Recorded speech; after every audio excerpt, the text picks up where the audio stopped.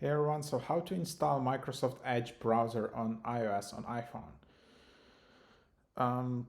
Yeah, so just go and search for it and then you will be able to install a Microsoft Edge. A lot of people just trying to install it right now because of this hype of Bing with ChatGPT experience.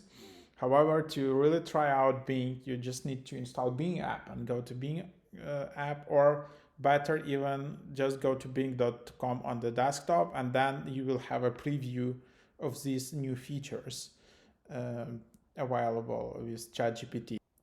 Um, so then you can just sign in uh, and then you can set up Edge as your default browser if you want. And then you can just go to bing.com and then we can see actually if yeah, you can see a lot of people just searching for that.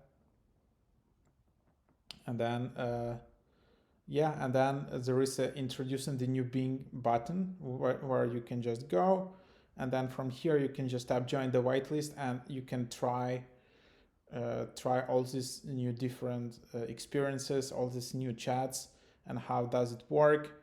And yeah, just the overview of this new ChatGPT AI experience in search, which you can see.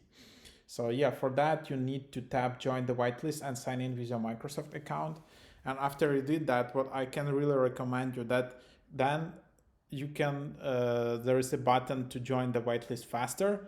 And then what you can do, you can install Bing as your default search engine, and then you can download the Bing app using the QR code and using the same Microsoft account you used for signing up for the whitelist. And then after that, yeah,